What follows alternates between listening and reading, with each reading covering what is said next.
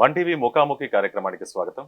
CPM party సిద్ధాంతాలను పుణికిపుచ్చుకొని 2 సార్లు CPM party తరపున ఎమ్మెల్యేగా ఎన్నికైనటువంటి, అలాగే ఆ పార్టీ కేంద్ర కమిటీ సభ్యులుగా పనిచేసినటువంటి గఫూర్ గారు, అలాగే సుదీర్ఘంగా ఆ పార్టీలో పనిచేసి కూడా ఇప్పుడు సాధారణ జీవితం గడుపుతున్నటువంటి గఫూర్ గారితో ఇప్పుడు మనం ఉన్నాము. అలాగే గఫూర్ గారిని అడిగి ఆ పార్టీ కార్యాచరణ ఏంటి, దీంతో పాటు కేంద్రంలో కానీ ఇటు రాష్ట్రంలో కానీ అధికారంలో ఉన్నటువంటి పార్టీల యొక్క పనితీరు, అలాగే ఆ పార్టీల యొక్క వైఫల్యాలు మొదలైనటువంటి విషయాల్ని కూడా ఆయన్ని మాటల్లో అడిగి తెలుసుకుందాము. సార్ నమస్కారం. నమస్కారం. సార్, ఇప్పుడు మీరు మార్క్సిస్టు సిద్ధాంతంతోనే ఆ విధి విధానాలతోనే కొనసాగుతూ వచ్చారు. ఇప్పుడు ఉన్నటువంటి ఈ తరానికి మీరు ఆ సిద్ధాంతాల్ని ఎలా అన్వయించాలనుకుంటున్నారు? సిద్ధాంతాలు తరాలను బట్టి సిద్ధాంతం మారదు. ప్రధానంగా ఏమంటే మార్క్సిజం అనేటువంటిది సమాజం మారాలి, దోపిడీ రహిత సమాజం నిర్మాణం కావాలి అనేటువంటిది మార్క్సిజం యొక్క సారాంశం. అందుకోసం మేము విద్యాదశగా ఉన్నప్పటి నుంచి ఇదే సిద్ధాంతంతో పనిచేస్తున్నాం. ఇప్పటికి కూడా సమాజం మారలేదు. సమాజం మారలేదు కాబట్టే సమాజంలో ఈరోజు ధనిక పేద తారతమ్యాలు కానీ, ఆకలి, దారిద్ర్యం, పేదరికం, నిరుద్యోగం ఇవన్నీ కూడా మనకు కనపడుతున్నాయి సమాజంలో. దేశానికి స్వాతంత్రం వచ్చి ఎంతో కాలమైంది, కానీ ఈ ఈ పరిస్థితులు ఇక్కడ చూస్తేనేమో స్వాతంత్రాన్ని మనం ఏదైతే సాధించుకున్నామో ఆ ఫలాలు ప్రజలకు దక్కడం లేదు. అందుకోసం మార్క్సిజం అనేటువంటిది ఈ సమాజం మార్చడం కోసం ఒక సిద్ధాంతం, అది ఇప్పటికీ అవసరమే. అందుకోసం సిద్ధాంతం తరాన్ని బట్టి మారదు, కానీ కొత్త తరంలో సైద్ధాంతిక ఆలోచనలు తగ్గిపోతున్నాయి. చిన్న చావంత ఏంటంటే ఇప్పుడు ఈ కొత్త తరము ఈజీ లైఫ్కి అలవాటు పడుతున్నారు. సుదీర్ఘ పోరాటాలు కానీ ఉద్యమాలు కానీ చేసేంత ఓపిక లేదు. షార్ట్ టర్మ్ రిలీఫ్ రావాలి వాళ్ళకు. ఇటువంటి ఒక పరిణామం సమాజంలో చూస్తున్నాం మనం. ఇదంత ఆరోగ్యదాయకమైనది కాదు, అయినా తప్పదు. ఎందుకంటే సమాజం మొత్తం చూసుకున్నప్పుడు ఒక దారిలో పోతుంటే ఈ దారిని మనం మన వైపుకి ఎట్లా మార్చుకోవాలని చూడడం తప్ప ఈ దారి తప్పు అంటే ఎవడింటాడు ఇప్పుడు. కాబట్టి ఇప్పుడున్నటువంటి యూత్ను అట్రాక్ట్ చేయడానికి తగిన కార్యక్రమాన్ని మార్క్సిస్టులు కానీ మార్క్సిజాన్ని నమ్మేవాళ్ళు కానీ వెతుక్కొని ఆ రకంగా యువతను వాళ్ళకి ఏ అంశాల మీద ఆసక్తి ఉందో దాని వైపుగా మళ్లించాల్సినటువంటి అవసరం ఉందని నేను భావిస్తున్నాను. ఓకే. సిపిఎం ఇతర వామపక్ష పార్టీలతో హేతుబద్ధత, అలాగే వేర్ల ప్రాథమిక తేడాలు ఏంటంటారు? అంటే ప్రధానంగా మిగతా వామపక్ష పార్టీలు, వామపక్షం అంటేనే సమాజాన్ని మౌలికంగా మారాలని కోరుకునేవాళ్ళు. ఇప్పుడు సిపిఐ కానీ, సిపిఎంఎల్ కానీ, సిపిఎంఎల్లో రకరకాల గ్రూపులు కానీ ఇట్లా ఉన్నాయి, సిపిఎం కాకుండా. ఇప్పుడు అందరూ కూడా బేసిక్గా సమాజం మారాలని కోరుకుంటారు. అయితే ఈ సమాజానికి ఎవరు ఈరోజు నాయకత్వం వహిస్తున్నారు అనేటువంటిది అంచనా వేయడం. మేము మా భాషలో చెప్పాలంటే ఏ వర్గాలు ఈరోజు ఆధిపత్యంలో ఉన్నాయి, ఆ వర్గాలకు వ్యతిరేకంగా ఎవరెవరిని సమీకరించాలని దగ్గర తేడాలు వస్తున్నాయి. అది కూడా ఇప్పుడు కాలక్రమంలో సిపిఐ వాళ్ళు మొదట చాలా బలంగా చెప్పేవాళ్ళు. ఇప్పుడు ఉండేటువంటి వర్గం, ఇప్పుడు అధికారంలో ఉండేవాళ్ళు ప్రజలకు అనుకూలంగా ఉంటారు, వీళ్ళు కూడా గుత్తా పెట్టుబడిదారులకు వ్యతిరేకంగా ఉంటారు, ఇటువంటి వాళ్ళని కూడా కలుపుకొని పోవచ్చు అని మొదట అన్నారు. కానీ ఇప్పుడు క్రమంగా అనుభవంలో వాళ్ళకు కూడా అర్థమైంది.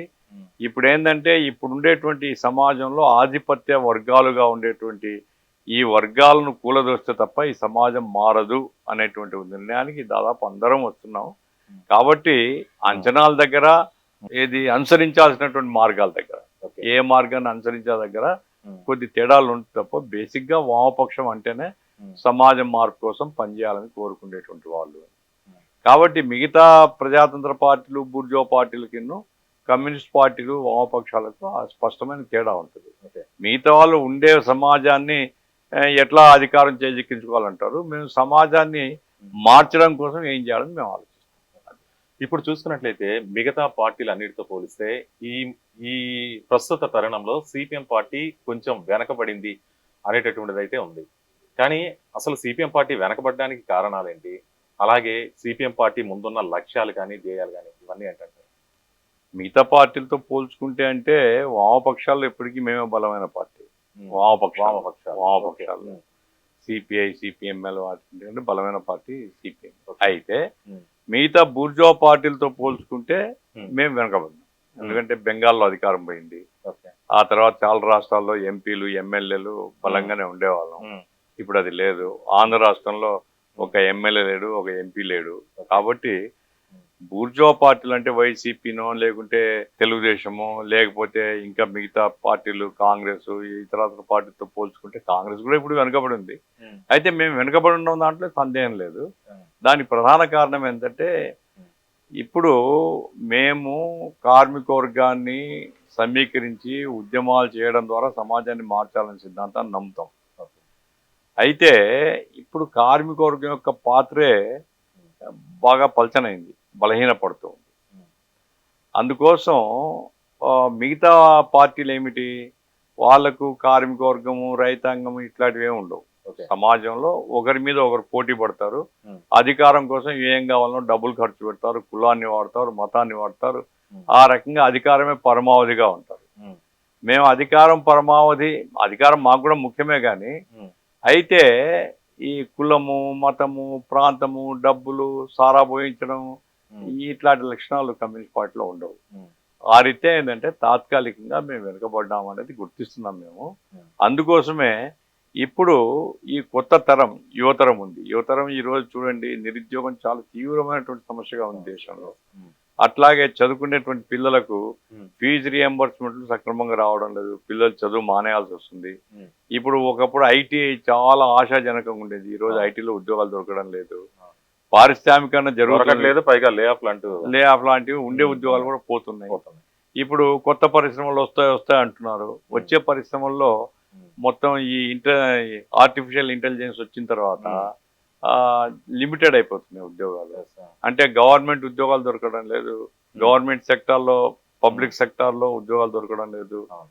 అందుకోసం నిరుద్యోగ సమస్య తీవ్రంగా ఉంది. ఇటువంటి యూత్ని ఎట్లా ఆకర్షించాలా, ఉమ్, స్టూడెంట్స్ని ఎట్లా ఆకర్షించాలా, ఉమ్, కొత్త సమాజాన్ని నిర్మించాలా అంటే ఎవరికైతే ఆకర్షణ ఉందో అటువంటి వాళ్ళందరినీ సమీకరించుకోవడం మీద ఎట్లా కేంద్రీకరించాలని ఆలోచిస్తున్నాం. ఇప్పుడు ఇంతకుముందు చూసుకున్నట్లయితే మాజీ ప్రతిభావంతమైన రాష్ట్రాలు పశ్చిమ బెంగాల్ కావచ్చు, త్రిపుర కావచ్చు, ఇటువంటివన్నీ ఇప్పుడు వాటిలో వచ్చేసి వెనకబడిపోయినాయి, అంటే ప్రభావం తగ్గిపోయింది. అవును, ఇప్పుడు వాటి పునరుజ్జీవానికి మీరు ఎటువంటి వ్యూహాలతో ముందుకెళ్తారు? అది పార్టీ పనిచేస్తుంది. ఇప్పుడు మేము బెంగాల్లో అధికారం కోల్పోయినాం. ఉమ్, అధికారం కోల్పోవడానికి మా పొరపాట్లు కొన్ని ఉండవచ్చు. ఎందుకంటే ఏ పొరపాటు చేయడంలో మేమని నేను చెప్పను. నా వ్యక్తిగతంగా నా అంచనా ఏంటంటే మేము కూడా కొన్ని పొరపాటు చేసినాం. ఉమ్, ఇప్పుడు టాటా కార్ల ఫ్యాక్టరీ కోసం భూసేకరణ కానీ, ఉమ్, అట్లాగే నందిగ్రామంలో భూసేకరణ కానీ, ఇటువంటివి ప్రజల్లో బాగా తీవ్రమైన వ్యతిరేకత వచ్చింది. ఇటువంటివి కొన్ని పొరపాటు జరిగిండొచ్చు. అవి మేము లెసన్స్ నేర్చుకొని ప్రజలకు అనుకూలంగా ఎట్లా ఉండాలని నేర్చుకున్నాం. అయితే పోయింది, అధికారం పోయింది. అధికారం పోయిన తర్వాత తిరిగి రావడం అనేది అది ఆటోమేటిక్గా జరిగేది కాదు. మళ్ళా మనం ప్రజల్లోకి పోవాలా, ప్రజల విశ్వాసాన్ని పొందాలా. పొందాలి. ఆ ప్రయత్నాలు ఇప్పుడు జరుగుతున్నాయి బెంగాల్లో. ఉమ్, బెంగాల్లో ఓటింగ్ పర్సెంటేజ్ కూడా బాగానే పెరిగింది. ఉమ్, ఆశిస్తున్నాం ఇప్పుడు కాకపోతే ఇంకో 5 సంవత్సరాల తర్వాతైనా ప్రజలు మారుతారని ఆశిస్తున్నాం. రెండవది ఏమంటే బెంగాల్లో ఇప్పుడు ఈమె వచ్చిన తర్వాత ఈమె మొత్తం అన్సోషల్ ఎలిమెంట్స్ అందరినీ ఉమ్, గుంపేసుకొని అటాక్ చేయించడము, దాడులు చేయడము, తన పార్టీ కాకుండా ఇంకేమైనా బతకని పరిస్థితి వచ్చేసింది. ఆ రీతే ఏంటంటే ఉమ్, కాస్త బలహీనపడినాం, మా వెనక్కి రావడానికి భయపడుతున్నటువంటి పరిస్థితి కూడా ఉంది. అందుకోసం కొంచెం టైం పడుతుంది. అట్లాగే త్రిపురలో కూడా మెరుగైంది మా పరిస్థితి. ఇప్పుడు 9-10 మంది దాకా మేము ఎమ్మెల్యేలు ఉన్నాము. అయితే ఇంకా మెరుగు కావాలా, మారుతుందని అనుకుంటున్నాం. ఎందుకంటే ఇప్పుడు పాలకులు ఏమేమో చెప్పి అధికారంలోకి వస్తారు, ఏం చేస్తారు వాళ్ళు? ఏం చేయలేరు. ఏం చేయలేని పరిస్థితుల్లో ప్రత్యామ్నాయం ఏమిటి? ప్రజలకు వాళ్ళ వెంట ఉండి వాళ్ళకి సహాయం చేసేటువంటి వాడు కావాలనుకుంటారు. ఆ రీత్యా మేము ఇప్పుడు కాకపోతే ఇంకొంత కాలంలో మా స్థానం మాకు ఉంటుంది అనేటువంటిది మేము ఆశిస్తున్నాం. ఓకే. ఇప్పుడు మొత్తం దేశం మొత్తం చూసుకున్నా కానీ బీజేపీ చాలా రాష్ట్రాల్లో ముందంజలో ఉండి అధికారం చేపట్టింది. అలాగే కాంగ్రెస్ కూడా కొన్ని రాష్ట్రాల్లో అధికారంలో ఉంది. మరి వీటితో పోటీగా వెళ్ళాలంటే మీరు అనుసరించాల్సినటువంటి వ్యూహాలు ఏమైనా ఉన్నాయి? బీజేపీతో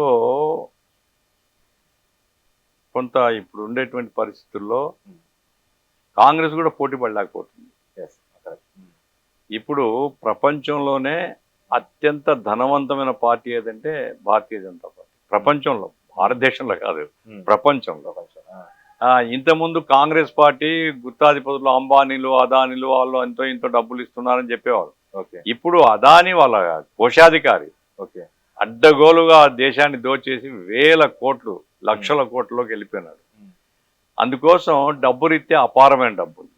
రెండవది బీజేపీ దగ్గర ఏ విలువలు లేవు, ఏ విలువలు లేవు. వారు మతాన్ని వాడతారు, మత ఘర్షణలు పెడతారు, దాడులు చేయిస్తారు, ప్రాంతాన్ని ఉపయోగిస్తారు. అందుకోసం బీజేపీతో ప్రజల్లో ఆ భ్రమ తొలగేంత వరకు, ఎందుకంటే ఇప్పుడు హిందుత్వ భావనలు తీసుకుని వస్తున్నారు. మేము ఎవరు కూడా రాజకీయాలు ఉండేవాళ్ళు హిందువులకు వ్యతిరేకం కాదు. హిందువులకు వ్యతిరేకంగా ఎందుకుంటాం, ముస్లింలకు వ్యతిరేకంగా ఎందుకుంటాం? హిందువులు, ముస్లింలు, క్రైస్తవులు, జైనులు, సిక్కులు అందరూ మా ప్రజలనే అనుకుంటాం. వీళ్ళలో ఐక్యత కంటే బీజేపీ ఏంటంటే వీళ్ళ మధ్య తగాద పెట్టడమే ప్రాధాన్యత తీసుకుంటే, ఆ రీత్యా ఏంటంటే మత భావాలు బలంగా ఉండే దేశంలో మతోన్మాదం రెచ్చగొట్టేటువంటి శక్తుల్ని ఎదుర్కోవాలంటే ఏ ఒక్క పార్టీ కాదు, సెక్యులర్ భావాలు ఉండే వాళ్ళందరూ కలిసికట్టుగా ఎదుర్కోవాల్సినటువంటి ఒక పరిస్థితి భారతదేశంలో అవసరం అని మేము భావిస్తున్నాం. ఆ రీత్యా ఏంటంటే మేము బలపడడంతో పాటుగా మిగతా సెక్యులర్ పార్టీలన్నింటినీ ఐక్యం చేసుకుని బీజేపీకి యునైటెడ్ గా పోటీ పడాలని మేము ప్రయత్నాలు చేస్తున్నాం. మా చేతనైంది మేము జరుగుతుంది. రాబోయే కాలం కొత్తగా ఇప్పుడు అబ్కీ బార్ 400 పార్ అన్నాడు, ఏముంది బోర్ల పడినాడు కదా మొన్న ఎన్నికల్లో. రాబోయే ఎన్నికల్లో ఇవి రావు. కాబట్టి బీజేపీని రాబోయే కాలక్రమంలో ఓడించవచ్చు అనేటువంటిది మా విశ్వాసం.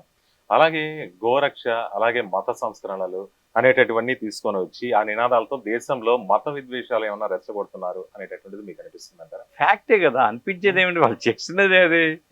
ఇప్పుడు కరోనా వచ్చిందండి, కరోనా వస్తే వాళ్ళ ఎంపీ ఏం చెప్పింది, సాధ్వి రీతంబరనో లేకుంటే ప్రజ్ఞా సింగో ఎవరో, వాళ్ళ ఎంపీ ఏం చెప్పిందంటే రొట్టె మీద ఆవు పేడ పూసుకొని తినేయండి, కరోనాలో మీరు బాగవుతారు.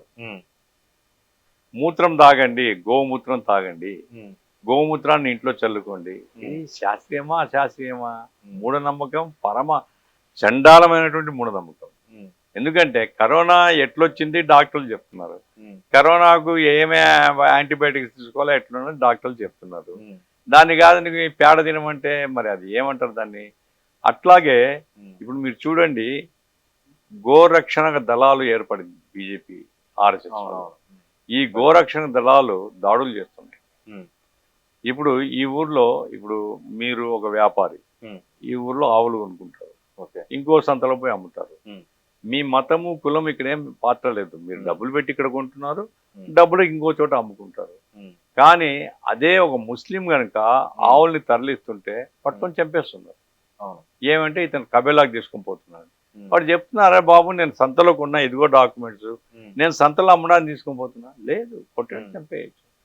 దానికి మోహన్ భగవత్ గారు ఏమంటారంటే గోరక్షక దళాలకు హక్కు ఉంది, హిందుత్వాన్ని కాపాడే బాధ్యత ఉంది, కాబట్టి మీ దాడులు మీరు కొనసాగింది. సుప్రీంకోర్టు చెప్పింది ఎట్లా చంపుతారు మీరు మనుషుల్ని.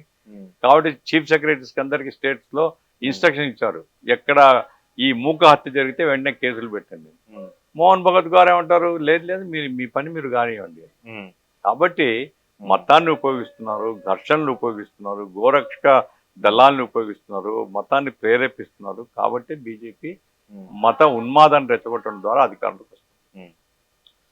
సార్, ఇప్పుడు నూతన తరం యువతను చేరుకునే కొత్త మార్గాల్ని వివిధ పార్టీలు కూడా కొత్తగా వెళ్తున్నాయి. అంటే సోషల్ మీడియా ద్వారా కావచ్చు, సామాజిక మాధ్యమాల ద్వారా కావచ్చు, ఈ విధంగా వెళ్తున్నాయి.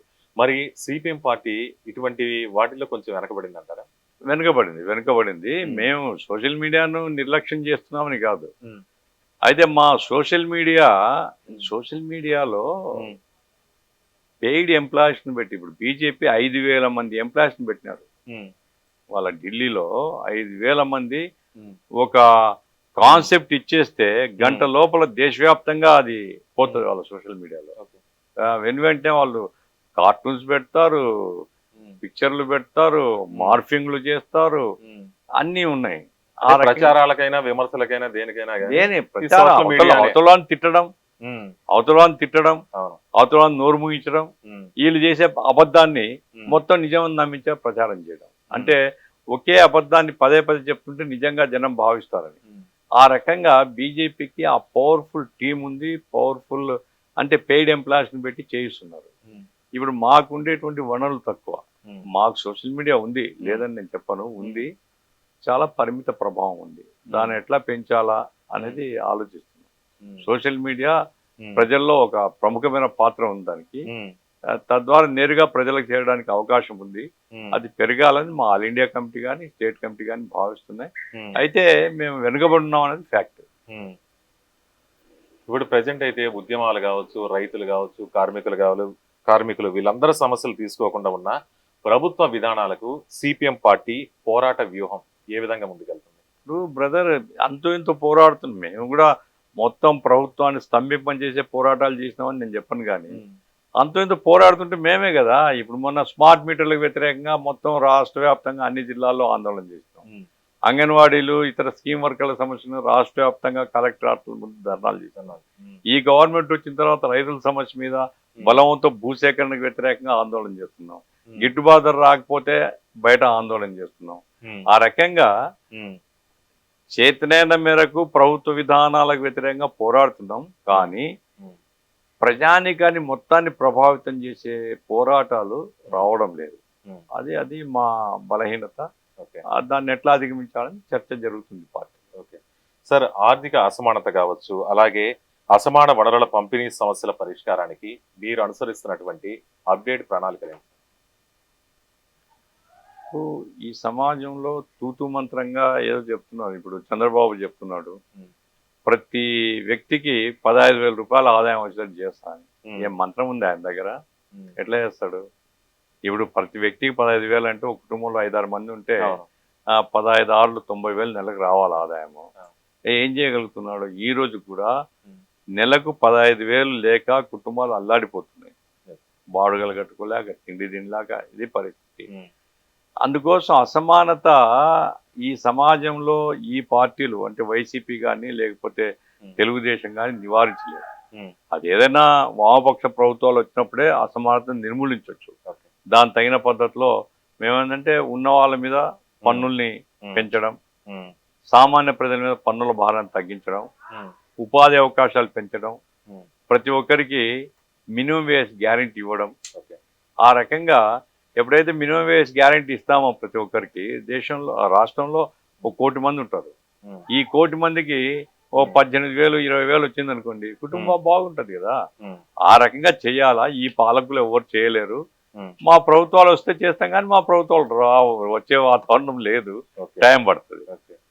ఇప్పుడు కేరళలో హైయెస్ట్ మినిమం వేజ్ ఉన్నాయి. కేరళలో మిగతా దేశంతో పోలిస్తే ఎక్కడ లేనంత రోజువారీ కూలికి రోజుకు 600-700 రూపాయలు మినిమం వేజ్ ఉంది. 750 రూపాయలు. 750 రూపాయలు అంటే ఉన్నంతలో అది మెరుగైనది 20,000 రూపాయలు నెలకు వస్తుంది కదా. అది మిగతా ఎక్కడ భారతదేశంలో ఎక్కడ లేదు.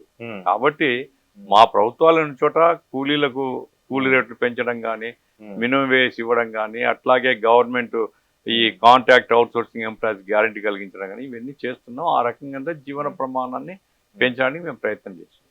అలాగే మీ పార్టీలో ఇప్పుడు మహిళలకు కానీ, ఎస్సీ ఎస్టీలకు కానీ వీళ్ళకి సంబంధించి మీరు ఇచ్చే ప్రాముఖ్యత ఎలా ఉంటుంది? అలాగే ఈ న్యాయ వ్యవస్థ మీ పార్టీలో ఏ విధంగా ఉంటుంది? న్యాయ వ్యవస్థ అంటే వాళ్ళకి న్యాయం ఏ విధంగా? సామాజిక న్యాయం. మా పార్టీలో మహిళలకు పార్టీలో మెంబర్షిప్ ఎంత ఉంటుంది మహిళలది అనే దాన్ని బట్టి లీడర్షిప్ లో కూడా అంత కంపల్సరీ ఇవ్వాలి. ఇప్పుడు 30% మహిళలు ఈ జిల్లాలో ఉన్నారనుకోండి, 30% మహిళలు ఈ జిల్లాలో ఉంటే ఏది పార్టీ మెంబర్లుగా జిల్లా కమిటీలో 30% వాళ్ళకి ఇచ్చిరాలి. అంటే మినిమం ఉంది, మ్యాక్సిమం ఉంది. మినిమం ఒక మహిళ ఉండాలి. మ్యాక్సిమం ఏంటంటే వాళ్ళ పర్సంటేజ్ టు మెంబర్షిప్ ఎంత ఉంటే అంత గ్యారెంటీ ఇవ్వాలి. ఇప్పుడు మొన్న మేము ఆల్ ఇండియా మహాసభ జరిగింది. ఈ మహాసభలో మహిళల ప్రాతినిధ్యం పెరిగింది. ఎందుకంటే మహిళా సభ్యత్వం పెరిగింది కాబట్టి ప్రతి రాష్ట్రానికి ఒక్కొక్కరు అదనంగా వచ్చినారు మహిళలు. ఆ రకంగా మహిళల రిప్రజెంటేషన్ ఉంది, దళితుల రిప్రజెంటేషన్ ఉంది. జనాభాను బట్టి ఆ రకంగా ఇప్పుడు రాష్ట్రంలో మొన్న కేంద్ర కమిటీకి ఎన్నికైనటువంటి కామ్రేడ్స్ లో ఒక దళితుడు ఎన్నికైనాడు, ఒక మహిళ ఎన్నికైంది. ఆ రకంగా ఏంటంటే మా పార్టీలో సామాజిక న్యాయాన్ని అమలు జరపాలని కాన్షియస్ గా ప్రయత్నం చేస్తుంది. అంటే చైతన్యయుతంగానే ప్రయత్నాలు చేస్తుంది. సరే, ఇప్పుడు బీజేపీ పార్టీని చూసుకుందాం ఒకసారి. బీజేపీ పార్టీ విధానాల ప్రకారం 75 సంవత్సరాలకి వాళ్ళు పదవి విరమణ చేస్తారు. ఇప్పుడు ప్రధానమంత్రి నరేంద్ర మోదీకి ఈ సెప్టెంబర్తో 75 సంవత్సరాలు పూర్తి కాబోతుంది. మరి ఆయన పక్కకెళ్ళే అవకాశం ఉందంటారా? రాజీనామా చేసే అవకాశం అవకాశం ఉందో లేదో కానీ ఆయన పక్కకు పోవాలని నా అభిప్రాయం. ఎందుకంటే ఉమ్, ఇప్పుడు ఆర్ఎస్ఎస్ తరఫునే బీజేపీ నడపబడుతుంది. ఉమ్, ఆర్ఎస్ఎస్ చీఫ్ మొన్న ఏమన్నాడు, ఉమ్, 75 సంవత్సరాలు వస్తే ఉమ్, ఎవరైనా తప్పుకోవాల్సిందే. ఉమ్, ఇప్పుడు ఆయన కూడా 75 సంవత్సరాలు వస్తున్నాయి. ఉమ్, ఆయనంతగా ఆయన చెప్పిన నేను కూడా తగ్గిపోవాలి, తగ్గాల అని. అన్నారు. అంటే ఆ రకంగా ఆర్ఎస్ఎస్ ఒక నిర్ణయం చేసిన తర్వాత ఉమ్, నరేంద్ర మోడీని తగ్గను అంటే పార్టీ ఉల్లంఘన, ఆర్ఎస్ఎస్ ప్రిన్సిపల్స్ కు భిన్నంగా పోవడం, అధికార దాహం. ఉమ్, ఇప్పుడు అధికార దాహం లేదు మాకని చెప్తుంది. ఇప్పుడు అతను కానీ కంటిన్యూ అయితే అధికార దాహంతో బతుకుతుంది ఆ పార్టీ అనేది అనుకోవాల్సి వస్తుంది. ఉమ్, ఏం నరేంద్ర మోడీ కాకపోతే ఇంకోరు అట్లాంటి చాలా మంది ఉంటారు కదా ఆ పార్టీలో. ఉమ్. అట్లా మారితే మంచిది, ఒక మంచి సాంప్రదాయాన్ని నెలకొన్నవాడు. సరే, ఇప్పుడు పేదలకు మధ్యతరగతికి నేరుగా లబ్ధి చేకూర్చేటటువంటి ఈ పథకాలు ఎంతవరకు ప్రభావవంతంగా ఉన్నాయి దేశంలోని మీరు భావిస్తున్నారు? అంటే దేశంలో ఎంతవరకు అంటే నేను చెప్పలేను, కానీ దేశంలో ఎందుకంటే ఏ రాష్ట్రంలో ఎట్లా అమలు జరుగుతున్నాయి ఏమిటి ఒక అధ్యయనం జరగాల. ఉమ్, ఇప్పుడు పేదలకు వాళ్ళ సంక్షేమానికి ఆహార భద్రత కలిగించడానికి రేషన్ కానీ, ఉమ్, అట్లాగే పెన్షన్లు కానీ, ఇవన్నీ మంచి కార్యక్రమాలు. ఉమ్, అయితే ఎన్నికల కోసం ఉమ్, రకరకాల ఫ్రీబీస్ ఇస్తామని చెప్తున్నారు. మేమేం చెప్తున్నామంటే ఉమ్, ఇప్పుడు మీరు ఉమ్, సామాజిక సంక్షేమాన్ని, వృద్ధుల సంక్షేమాన్ని, చదువుకునే పిల్లల సంక్షేమాన్ని చూడండి. విద్యా వైద్యం అనేది మీరు డబ్బు ఖర్చు పెట్టడం అవసరం. ఈ రెండింటికి అత్యంత ప్రాధాన్యత ఇవ్వాలా. ఇప్పుడు చాలా మంది నలిగిపోతున్నారు విద్యా వైద్యం రెండింటికి. ఆ రకంగా ప్రభుత్వం ప్రాధాన్యత ఇవ్వాలా. ఆ తర్వాత మీరు క్యాపిటల్ ఇన్వెస్ట్మెంట్ పెంచండి. ఇప్పుడు ప్రాజెక్టులు, ఇప్పుడు ఈ మన జిల్లా వరకు తీసుకున్నాం కదా. ఇప్పుడు గుండ్రేవుల రిజర్వాయర్ 2009లో ప్రపోజల్ వచ్చింది. ఇప్పుడు 2025 ఏం జరిగింది? ఒక గంపమని ఇచ్చినారు ఆడ. 2014లో చంద్రబాబు నాయుడు కూడా జెండా ఆవిష్కరణ చేసి ఆగస్టు 14 గుండ్రేవులో మేము చేయబోతున్నాం అన్నారు. 2014, 2025 11 సంవత్సరాలు అయిపోయేదా? ఏం జరిగింది? ఏం చేయాలి? అట్లాగే మన రాజోలి బండ డైవర్షన్ స్కీము, మనకు బ్రిజేష్ కుమార్ కమిషన్ వాళ్ళు మనకి నీటిని కేటాయించారు. తుంగభద్ర నీటిని వాడుకోవచ్చు 4 టీఎంసీ. ఓకే, ఏం జరగలేదు. అట్లాగే హగరి మీద ఆలూరులో కనుక ఒక ప్రాజెక్ట్ కడితే ఒక 20 టీఎంసీ నీళ్లు వాడుకోవచ్చు అనేది వాళ్ళ లెక్క ఉంది. అది జరిగితే ఆలూరు, పత్తికొండ, ఆస్పరి, ఆ తర్వాత మొలగవెల్లి గ్రామాలు కానీ, ఈ రాజోలి బండ వస్తే కోసిగి ఈ ప్రాంతాలు కానీ, గుండ్రేవులో వస్తే కేసిగనాల ఆయకట్టు స్థిరత్వం కానీ అన్ని సమకూర్తాయి. ఇప్పుడు మోస్ట్ బ్యాక్వర్డ్ డిస్టిక్ ఇది. నిన్న వచ్చేసి ఆయన మల్యాల దగ్గర నీళ్లు రిలీజ్ చేశారు. నీళ్లు రిలీజ్ చేయడం ఏముంది? వర్షం వచ్చింది, నీళ్లు వచ్చినాయి, దానికి నువ్వు 2 కోట్లు ఖర్చు పెట్టి రావాలని దీనికి. ఆ 2 కోట్లు పెట్టి నువ్వు ప్రాజెక్ట్ పనులు చేయించవచ్చు కదా. కాబట్టి కరువు ప్రాంతాల్లో ఉండేటువంటి ప్రాజెక్టులు కనుక ముందు పూర్తి చేస్తే రైతులకు ఆదాయం పెరుగుతుంది. రైతులు కొంచెం సుఖంగా ఉంటే వాళ్ళ పిల్లల్ని చదివించుకోగలుగుతారు. రెండవది ఏమంటే చదువుకున్న పిల్లలకు ఉపాధి సౌకర్యాలు. ఇప్పుడు అమరావతి 1,00,00,000 కోట్ల రూపాయలు, 1,18,000 కోట్ల రూపాయల కాలబెడుతున్నారు. మేము చెప్పేది ఏమంటే అమరావతి ఏమిటి? అమరావతి రాజధానిగా అందరం ఒప్పుకున్నాం. ఎస్, మేము కూడా ఒప్పుకున్నాం. రాజధాని అంటే 1,00,00,000 కోట్ల రూపాయలు కాలబెట్టాలని కాదు కదా. ఆ 1,00,00,000 కోట్ల రూపాయలతో ప్రతి జిల్లాలను కొన్ని పనులు చేయి, ప్రాజెక్టులు చేయి, పరిశ్రమలు పెట్టు. ఆ రకంగా ప్రాధాన్యత ఉండేటువంటి దాంట్లో ప్రధానంగా రైతులు, వ్యవసాయ కూలీలు, కార్మికులు, వీళ్ళ జీవన ప్రమాణాలు కానీ పెరిగినాయనుకో ఆటోమేటిక్గా బాగుతారు కదా, సమాజం బాగుపడుతుంది కదా, పిల్లల్ని చదివించుకుంటారు కదా. మన పిల్లలనేది చదువుకుంటే వాళ్ళు బెంగళూరులోనో, విజయవాడలోనో, లేదా హైదరాబాద్కో, లేదా పూనాకో అక్కడ కూడా బతుకుతారు కదా. కాబట్టి మేము చెప్పేదేమంటే విద్య, వైద్యం, ప్రాజెక్టులు, పరిశ్రమలు, ఉపాధి, ఇవి అత్యంత ప్రాధాన్యత ఉండాలి తప్ప ఇప్పుడు జగన్మోహన్ రెడ్డి బటన్ నొక్కితే ఏమొస్తుంది? ఈయన కూడా అమరావతి అంటున్నారు. ప్రచార ఆర్భాటం ఆయనది అంతే, ఈయన ప్రచార ఆర్భాటం. ఇప్పుడేమిటి? బనగచెర్ల అదే ఈడ గుండ్రేవుల ఒక 200 కోట్లు ఉంటే గుండ్రేవుల ప్రాజెక్ట్ పూర్తవుతుంది. 80,000 కోట్లతో బనగచెర్ల ప్రాజెక్ట్ చేస్తా అంటాడు. నీకు 80,000 కోట్లు ఆడొస్తున్నాయి, ముందు 200 కోట్లు పెట్టు ఆడ, లేకుంటే ఆడ 200 హగరి మీద పెట్టు. దానికి డబ్బులు ఇవ్వవు. అంటే కింద పేదవాడు చచ్చిపోతుంది. ఇప్పుడు చూడండి, నిన్న ఓ చర్చ జరిగింది, డిబేట్లో చెప్పినాను నేను. కోస్తా అతను బ్రహ్మాండంగా జరుగుతున్నాయి పనులు అన్నాడు. రావయ్యా మా జిల్లాలు చూడు, వలసలు పోతున్నారు. ఆ వలసలు పోతున్నటువంటి ఆ ఫోటోలన్నీ పేపర్లో వస్తున్నాయి. ఈ పిల్లల్ని తీసుకొని పోతుంటే కడుపు తరుక్కుపోతుంది మనకు. మన ప్రాంతం వాడు బతకడం కోసం ఎక్కడ పోతున్నాడు, బతకడానికి పోతున్నా అంటారు. బతకడానికి ఇతర ప్రాంతాలకు పోవాల్సిన కరమేమిడిదని.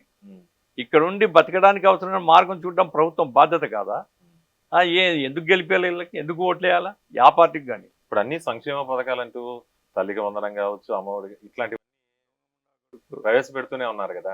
అదే నేను చెప్పేది ఏమిటంటే, ఒక కుటుంబానికి కావాల్సినటువంటి కన్స్ట్రక్టివ్ గా సమాజాన్ని ముందుకు తీసుకుని పోయేటువంటి పనుల మీద శ్రద్ధ పెట్టడం ఏ ప్రభుత్వానికైనా, చంద్రబాబు లేకుంటే అతను ఎవరు పవన్ కళ్యాణ్, ఇంకో నేను అర్థం చెప్పడం లేదు. నా పాయింట్ అంతా ఏమంటే, సమాజాన్ని ఎంతకాలం మోసం చేస్తాం మనం? 80 సంవత్సరాలు కావాల్సిన దేశానికి స్వాతంత్రం వచ్చి ఏం బాగుపడినారు ప్రజలు? తాగడానికి నీళ్ళు లేకుండా వలసలు పోయే పరిస్థితి, చేసుకునే పనులు లేకుండా వలసలు పోతున్న పరిస్థితి, హాస్పిటల్లో వైద్యానికి డబ్బులు లేక మంచం మీద పడి చచ్చిపోతున్నారు జనము, పిల్లల చదువు మధ్యలో ఆగిపోతుంది. దీని మీద శ్రద్ధ పెంచండి. ఇది చేస్తే అది పర్మనెంట్గా హెల్ప్ చేసినట్లు అవుతారు. ఆ పనులు చేయండి అని మేము చెప్తున్నాం. ఇప్పుడు కూటమి ప్రభుత్వం అధికారంలోకి వచ్చి దాదాపు సంవత్సరం దాటిపోయింది. సంవత్సరం దాటిపోయిన తర్వాత వాళ్ళు ఇచ్చినటువంటి పథకాలు ఉన్నాయి, సూపర్ 6 పథకాలు కానీ అవి ఉన్నాయి. దాంతో పాటుగా ఉద్యోగాలు, రైతుల సమస్యలు ఇవన్నీ కూడా పరిష్కరిస్తామంటారు. మరి వీటన్నిటికీ పరిష్కార దిశగా వెళ్తుందంటారా ప్రభుత్వ పాలన? ఇప్పుడు ఏం చేయలేరండి. ఇప్పుడు చిన్న ఉదాహరణ చెప్తా. మహానాడు జరిగింది కదా కడపలో, లాస్ట్ రోజు లక్షల మందితో పబ్లిక్ మీటింగ్ జరిగింది కదా. చంద్రబాబు నాయుడు అక్కడ ఓపెన్ గా చెప్పింది ఏమిటి? 10 రోజుల్లో జిందాల్ స్టీల్ ప్లాంట్ ఇక్కడ పని ప్రారంభం అవుతుంది అన్నాడు. కడప స్టీల్ ప్లాంట్ 10 రోజుల్లో ప్రారంభం అవుతుంది అన్నాడు. ఇప్పటికి ఎన్ని రోజులు బ్రదర్? 10 రోజులు చెప్పినాడు కదా, 3 నెలలు అయిపోయా. ఈ 3 నెలలు ఏమైనా పనులు జరిగినాయా? అంటే ఒత్తొత్తి మాటలు, గాలి మాటలు, అబద్ధపు మాటలు, ప్రచార పటాటోపము ఇవి తగ్గించుకుంటే మంచిది. ఎవరు కానీ మీరు ఏం చేయగలుగుతారో అది చెప్పండి, చెప్పింది చేయండి. ఇప్పుడు నేను ఎప్పుడైనా విజయవాడ పోయి చెప్తుంటారు, ఓరకల్ బ్రహ్మాండంగా డెవలప్ అవుతుంది. నేను రాండి, నా వెంట రండి. ఓరకల్లో కొత్తగా ఈ సంవత్సర కాలంలో కొత్తగా ఒక్క పని ఏదన్నా అయిందేమో చెప్పండి నాకు. ఏముంది ఓరకల్లో? సోలార్ ఉంది, ఎవరికి ఉద్యోగాలు దొరకదు దాంట్లో. ప్లేట్లు అయితే ఏం ఉద్యోగాలు ఉంటాయి? ప్లేట్లు తుడిచే పని తప్ప ఏం లేదు. ఇప్పుడు ఆ జయరా స్టీల్ అది ఇప్పుడుది కాదు, ఇంతకుముందు చంద్రబాబు నాయుడు ప్రభుత్వం ఉన్నప్పుడు వేసింది, ఇప్పుడు తయారైంది. అది ఇంకేముంది వచ్చింది అక్కడ? కాబట్టి ప్రభుత్వము చెప్పేది ఎక్కువ, చేసేది తక్కువగా ఉంది. ఇది మంచిది కాదు. చెప్పేది చేయాలి. ఇప్పుడు సార్ మనం ఎక్కడ చూసినా కానీ కుటుంబ పాలన అనేది కనపడుతూ ఉంది. అది సెంట్రల్లో కావచ్చు, స్టేట్లో కావచ్చు, మన పక్క రాష్ట్రం తెలంగాణలో కావచ్చు, ఆంధ్రప్రదేశ్లో కావచ్చు. మరి ఇక్కడ కుటుంబ పాలన అనేది కనపడుతుందా, లేదా ప్రాంతీయ వర్గీకరణ? ఈ రెండు ఏ కనపడుతుందా? ప్రాంతీయ వర్గీకరణ, కుటుంబ పాలన క్లియర్గా ఉంది కదా. ఇప్పుడు లోకేష్ ఎదురు చూస్తున్నాడు, చంద్రబాబు ఎప్పుడు రిటైర్ అవుతారా, ఎప్పుడు తన ముఖ్యమంత్రి కావాలా అని. భజన పరులు కొందరు ఉన్నారు, ముఖ్యమంత్రిగా లోకేషే, ముఖ్యమంత్రి లోకేషే అని. టీజీ భరత్ కూడా అక్కడెక్కడ డావోస్ లో చెప్పాడు. చివరికి చంద్రబాబు జోక్యం చేసుకొని నేను ముఖ్యమంత్రిని ఉన్నాను, నా గురించి ఊహాగానాలు చేయొద్దు అని. అందుకోసం ఈ భజన చేసే వాళ్ళు ఉంటారు, అధికారం కావాలని అరులు చాచే వాళ్ళు ఉంటారు. ఇప్పుడు జగన్మోహన్ రెడ్డికి ఏమిటి అర్హత? రాజశేఖరుడి కొడుకు. రాజశేఖరుడి కొడుకు కాకపోతే జగన్మోహన్ రెడ్డి ఎవరు? చంద్రబాబు కొడుకు కాకపోతే లోకేష్ ఎవరు? ఆ రకంగా కుటుంబ పాలన ఛాయలు ఉన్నాయి. నేను చెప్పేది ఏమిటంటే, మనం ఈ సమాజంలో పూర్తిగా అవాయిడ్ చేయలేము, కానీ ప్రజల మెప్పు పొందడం, ప్రజల యొక్క ఆమోదం పొందడం ఎవరికైనా అవసరం. ఇప్పుడు జగన్మోహన్ రెడ్డికి ఎందుకు ఓట్లు వేసినారు? ఏదో ఒక్కసారి నాకు అవకాశం ఉంది చేసినారు. ఏం చేసినాడు ఆయన? అంతా ఏదో మంచోడు అనుకుంటే మంచం అంతా ఏదో చేసినట్టుగా అయిపోయింది. ఇప్పుడు మరి కూటమి ప్రభుత్వం ఏదో గొప్పలు చేస్తామన్నారు, ఆచరణలో నాకేం కనపడడం లేదు. చూద్దాం, ఇంకా 4 సంవత్సరాలు ఉంది. మరి గతంలో వైసీపీ ప్రభుత్వ విధానాలు చూసినట్లయితే ప్రజలపై ఎటువంటి ప్రభావం చూపాయంటారు? వైసీపీ చాలా నష్టం చేసింది రాష్ట్రానికి చాలా నష్టం చేసింది. ప్రభుత్వ వ్యవస్థ మొత్తం కూనారిల్లిపోయింది. ప్రభుత్వ వ్యవస్థ మొత్తం ఒక వ్యక్తి చేతుల్లోకి వెళ్ళిపోయింది. ఆ వ్యక్తి ఆయన అనుయాయులు మొత్తం కొల్లగొట్టినటువంటి పరిస్థితి. మద్యంలో కుంభకోణం, ఉమ్, ఇసుకలో కుంభకోణాలు, ఉమ్, లేకుంటే అనేక కుంభకోణాలు మనం చూస్తున్నాం. ఉమ్, అందుకోసం అట్లా కాకుండా ప్రజాస్వామ్యయుతంగా సమాజాన్ని నడిపించే ప్రభుత్వం కావాలి. ఉమ్, ఇక్కడ ప్రజాస్వామ్యం ఉందంటే ఇక్కడ కూడా ప్రజాస్వామ్యం కాదు. ఇంతకుముందు చెప్పిన కూటమి ఉమ్, అంటే కుటుంబ పాలన, కూటమి కుటుంబము ఉమ్, అట్లా వచ్చింది ఇక్కడ కూడా. ఉమ్, ఇది మంచిది కాదు ప్రజాస్వామ్యం. ప్రజాస్వామ్యానికి ఉమ్, మంత్రులు స్వేచ్ఛగా తమ యొక్క డిపార్ట్మెంట్స్ నడిపించే పద్ధతి ఉండాల. ఉమ్, భయంతో ఉన్నారు మంత్రులు. ఉమ్, పోయిన ప్రభుత్వంలో చూశాను నేను, ఉమ్, ఏం మాట్లాడితే ఏం ప్రమాదం అని. ఉమ్, ఇప్పుడు కూడా ప్రభుత్వంలో మంత్రులు ఎవరికి స్వేచ్ఛ లేదు, ఉమ్, భయంగా బతుకుతున్నారు. ఉమ్, ఇట్లాంటిది రాష్ట్రానికి ఉపయోగపడదు. ఉమ్, కాబట్టి మేము ప్రజాస్వామ్యయుతంగా రాష్ట్రం అభివృద్ధి కోసం అందరూ ఒక టీమ్గా పనిచేసి అవినీతి లేని పద్ధతిలో పరిపాలించే వాళ్ళు కావాలని కోరుతున్నాం. ఉమ్. అది జరగడం లేదు. మనం ఏం చేస్తాం? ప్రజలు తేల్చాలి. ఇప్పుడు రాష్ట్రంలో ఇంతకుముందు ప్రజా సమస్యలను పట్టించుకోకుండా వైసీపీ గవర్నమెంట్ ఉన్నప్పుడు స్పష్టమైన పాలన కలగ చేయడంలో వైసీపీ వైఫల్యం ఉందంటారు. స్పష్టమైన పాలన అంటే పరిపాలన చేసినారు, వాళ్ళకి తోచిన పద్ధతులు చేసినారు. ఉమ్, పరిపాలన లేదు అని నేను చెప్పను.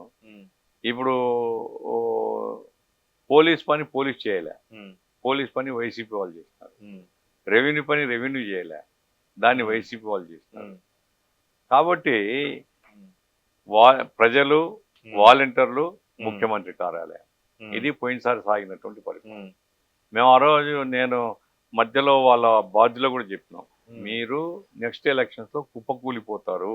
ఉమ్, ఎందుకంటే ప్రభుత్వ యంత్రాంగం మీద, వాలంటీర్ల మీద ఆధారపడి మీ పార్టీ బతుకుతుంది. ఉమ్, ఆ రకంగా యంత్రాంగం మీద ఆధారపడినటువంటి పార్టీ నిలబడదు ఉమ్, అనేసి ఆ రోజు చెప్పాం. కూలిపోయింది అది. ఉమ్, ఇప్పటికి కూడా తెలుగుదేశం పార్టీ యొక్క పద్ధతి ఉమ్, ఇది కూడా అంతా ఇప్పుడు ఉమ్, సీఏల పోస్టింగ్లు ఎట్లా జరుగుతున్నాయి? ఉమ్, సీఏల పోస్టింగ్లు కులాన్ని బట్టి, లేకుంటే పైన ఇన్ఫ్లుయెన్స్ బట్టి ఉమ్, వచ్చిన తర్వాత వీళ్ళు మంత్రుల మాట కూడా వినలే. ఉమ్, ఇన్స్పెక్టర్లు ఉమ్, మాకు పైనుంచి వచ్చింది ఉమ్, అంటే పైన టాప్ ఇంకో అధికార కేంద్రం ఉంది. ఓకే. ఇప్పుడు కలెక్టర్లు, ఉమ్, ఆర్డీఓలు వీళ్ళందరూ కూడా పైనుంచి చెప్తున్నారు. కింద ఎవరిని కేర్ చేయడం లేదు. విపరీతంగా అవినీతి ఉంది. ఉమ్, ప్రజలు బాధపడుతున్నారు, తిట్టుకుంటున్నారు ఈ ప్రభుత్వాన్ని. ఉమ్. అది జరుగుతుంది. అంటే గతంలో వైసీపీ కూడా ప్రత్యక్షంగా బీజేపీతో జత కట్టినప్పటికీ పరోక్షంగా బీజేపీకి ఫేవర్ గానే వెళ్ళింది, పరోక్షంగా అయితే వాడికి ఫేవర్ గానే వెళ్ళింది అనేటటువంటి విమర్శలు ఉన్నాయి. దానిపై మీరేమంటారు? విమర్శ వాస్తవం కదా అది. ఉమ్, విమర్శ అని ఏమిటి? ఉమ్, వాస్తవం. బీజేపీ లేకపోతే వైసీపీ ఎక్కడుంది? ఉమ్, ఇప్పటికి కూడా ఇప్పుడు బీజేపీ రాజకీయం ఎట్లుంటుందంటే, పోయినసారి వైసీపీతో సంసారం చేసినారు, ఉమ్, టీడీపీతో ఉమ్, రంగు సంబంధం పెట్టుకున్నారు, ఉమ్, టీడీపీని కూడా సావనీయకుండా పెట్టుకున్నారు. ఆ, టీడీపీ వాళ్ళ చుట్టూ తిరుగుతున్నారు. ఎట్లా అంటే వైసీపీ దెబ్బకి ఏడ మఠాష్ అయిపోతామో అనుకొని వాళ్ళ చుట్టూ తిరుగుతున్నారు. ఇప్పుడేమిటి? ఇప్పుడు అధికారిక సంచారం కూటమితో ఉంది, ఉమ్, రంగు సంబంధం వైసీపీతో. ఉమ్, కాబట్టి ఈ రెండు పార్టీలే బతకాల ఈ రాష్ట్రంలో. ఉమ్, ఈ రెండు పార్టీలు బీజేపీ జోబులో ఉండాలి. ఇది ఇప్పుడు నడుస్తున్న రాజకీయం. ఉమ్. ముఖ్యంగా 2019 తర్వాత వ్యవసాయ రంగానికి ముఖ్యంగా ఎటువంటి లబ్ధి చేకూరలేదు, ముందుకు జరగలేదు అనేటటువంటి ఆరోపణలు ఉన్నాయి. అనడం వెనక మీరు అంటున్నారు కూడా వ్యవసాయ రంగానికి ఎటువంటి ప్రోత్సాహం కానీ లబ్ధి కానీ చేకూరలేదు అంటున్నారు. దాని వెనక ఉన్నటువంటి ఆధారాలు ఏమైనా ఉన్నాయి? 2019 అంటే వైసీపీ రాజ్యాన్ని గురించి చెప్పుకోవాలి. నేను చెప్పేది ఏమిటంటే, చంద్రబాబు వచ్చిన తర్వాత 2014-19 వరకు కూడా వ్యవసాయానికి పెద్ద ప్రోత్సాహం ఏం లేదు. ఇప్పుడు మేము బేసిక్గా అడిగేది ఏమిటంటే, ఏ ప్రభుత్వానికి కానీ ఇక్కడ చంద్రబాబు, జగన్మోహన్, ఇప్పుడు ఉల్లిపాయ పంట వస్తుంది.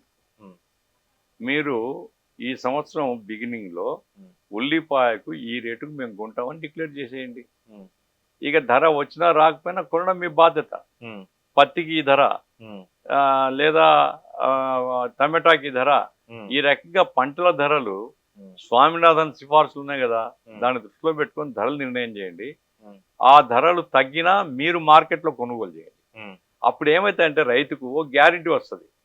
తను కష్టపడి పండించిన తర్వాత ఇదిగో ఈ రేటుకు నేను అమ్ముకుంటాను గ్యారెంటీ. ఇప్పుడేమిటి, ఉల్లిపాయ రాత్రింబోలు కష్టపడి పండిస్తాడు, కొనుగోలు దగ్గరకు వచ్చేపాటికి రేటు పడిపోతుంది. ఇప్పుడు మొన్న రైతులు కష్టపడి విషయం అది ఏది పొగాకు కష్టపడి పండించినారు, కొనే దిక్కు లేదు. మళ్ళీ కొనుగోలు చేయడం కోసం మళ్ళీ రాజకీయం, మళ్ళీ ఎమ్మెల్యే దగ్గర పోవాలి మళ్ళీ. అరే రైతు కష్టపడి పండిన తర్వాత పంటకు గ్యారెంటీ కొనాలి కదా నువ్వు.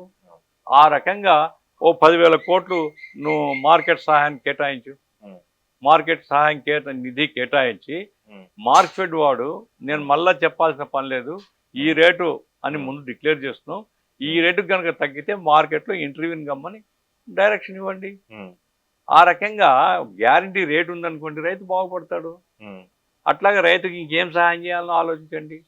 ఇప్పటికీ వ్యవసాయ ఆధారిత రాష్ట్రం మంది, వ్యవసాయం బాగుంటే జనం బాగుంటారు.